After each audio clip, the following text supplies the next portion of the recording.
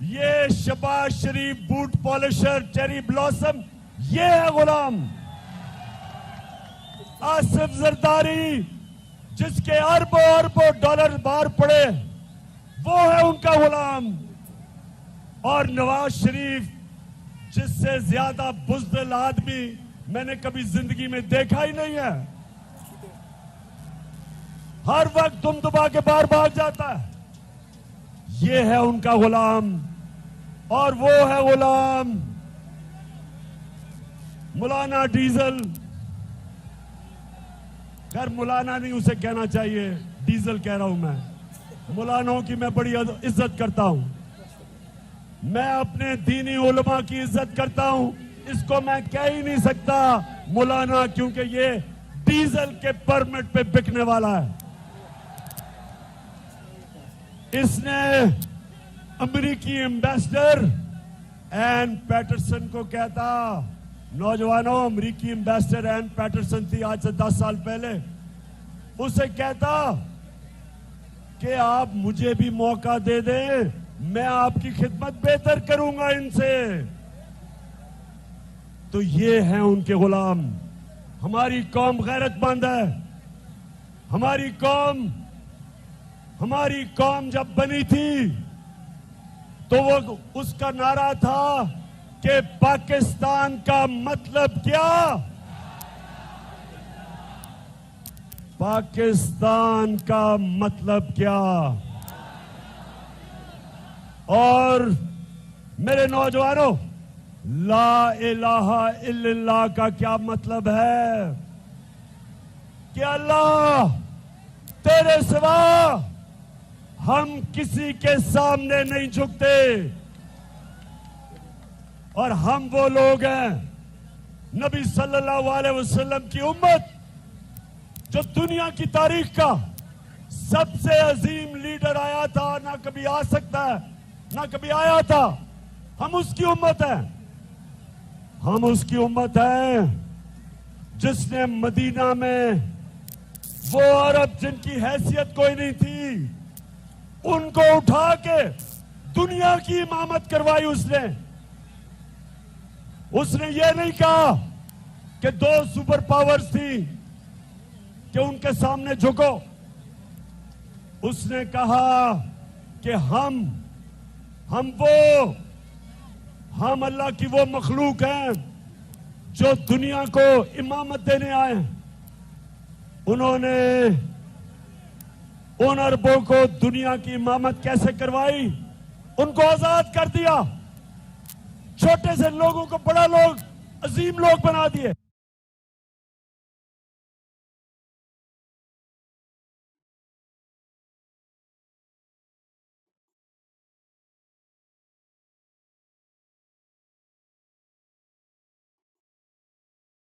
ہے خوف کی زنجیر. خوف کی زنجیر. اللہ قرآن میں کہتا ہے جو لوگ ایمان لے آئیں میں ان کے خوف دور کر دیتا ہوں.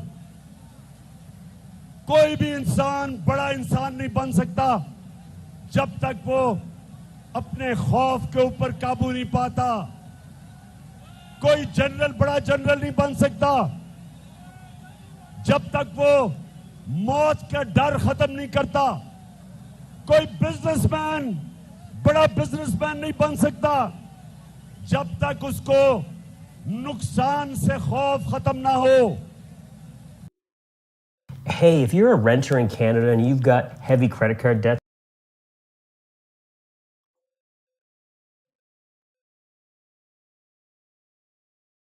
بن سکتا جب تک وہ تیز بولر سے اپنا خوف نہیں دور کرتا.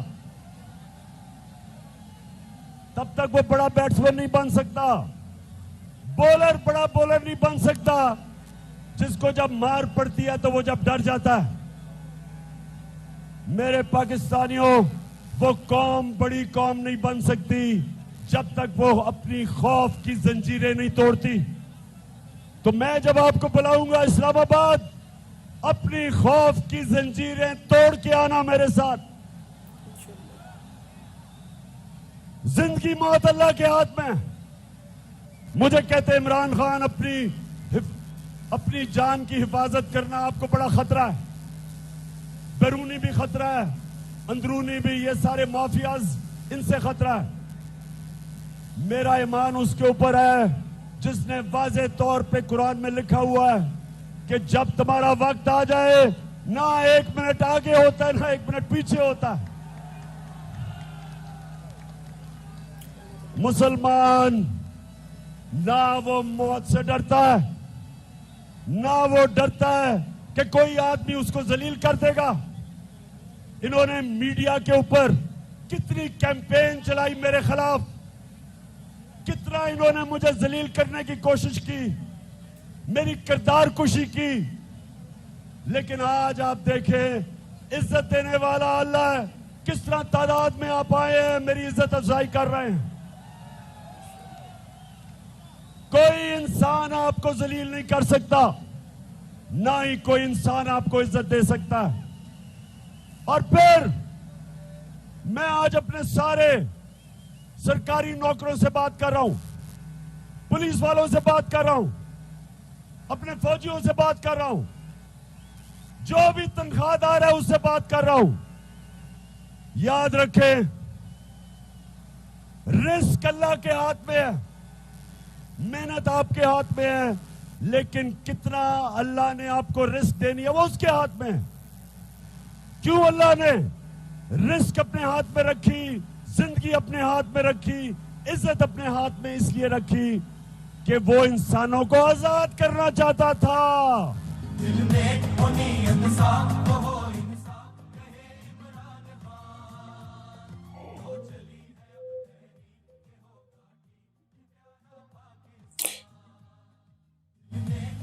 اور یہی میرے نبی صلی اللہ علیہ وسلم نے مدینہ میں کیا.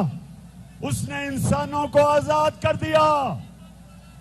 وہ جو انسان جن کی حیثیت نہیں تھی، دنیا کی انہوں نے امامت کی. مولانا رومی کہتا ہے، نوجوانوں یہ میں آپ کے لیے کہہ رہا ہوں، مولانا رومی کہتا ہے کہ جب اللہ نے آپ کو پر دیے، جب اللہ نے آپ کو پر دیے اڑنے کے لیے، تو کیوں زمین پہ چونٹیوں کی طرح رینگ رہے ہو؟ ہمیں اللہ نے پر دیے ہیں. ہمارے نبی صلی اللہ علیہ وسلم نے مدینہ کے لوگوں کو پر دے دیے، ان کی پرواز اوپر کر دی، عظیم لوگ بنا دیے، خوف ختم کر دیے، بڑی سوچ دے دی، آزاد کر دیا. کیونکہ کبھی نوجوانوں، کبھی غلام بڑے کام نہیں کر سکتا، صرف آزاد آدمی بڑے کام کرتا ہے. یہ جو ہمارے اوپر غلام بٹھائے ہیں، یہ جو ہمارے اوپر امریکہ کے غلام بٹھائے ہیں، یہ کبھی اس قوم کو عظیم قوم نہیں بننے دیں گے.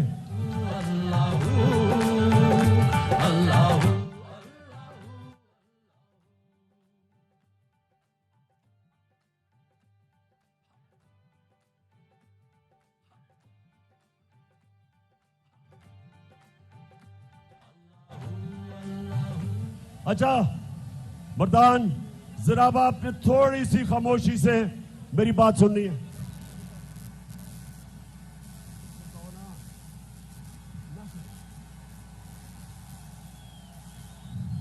میری آپ نے غور سے بات سننی ہے. جب ہمیں حکومت ملی، نوجوانوں سنیں آرام سے، جب ہمیں حکومت ملی، یہ چور 10 سال حکومت کر چکے تھے، پاکستان کا دیوالیہ نکل گیا تھا، ہمیں سب سے بڑا بیرونی ملک کا خسارہ ملا، $20 ارب کا. ادارے انہوں نے تباہ کر دیے، کرپشن میں ملک ڈبا دیا، خود یہ امیر ہو گئے، ملک غریب ہو گیا. 2018 میں وہ پاکستان ہمیں ملا. ہمارے پاس پیسے نہیں تھے جو ہم نے قرضوں کی قسطیں ان کے لیے ہوئے قرضوں کی قسطیں دینی تھی، ہمارے پاس پیسہ نہیں تھا. میں نے اپنے دوست ممالک ان کے پاس گیا، سعودی عربیہ سے پیسے مانگے، UAE سے پیسے مانگے، چائنا سے پیسے مانگے، تو ہم نے اپنے ملک کو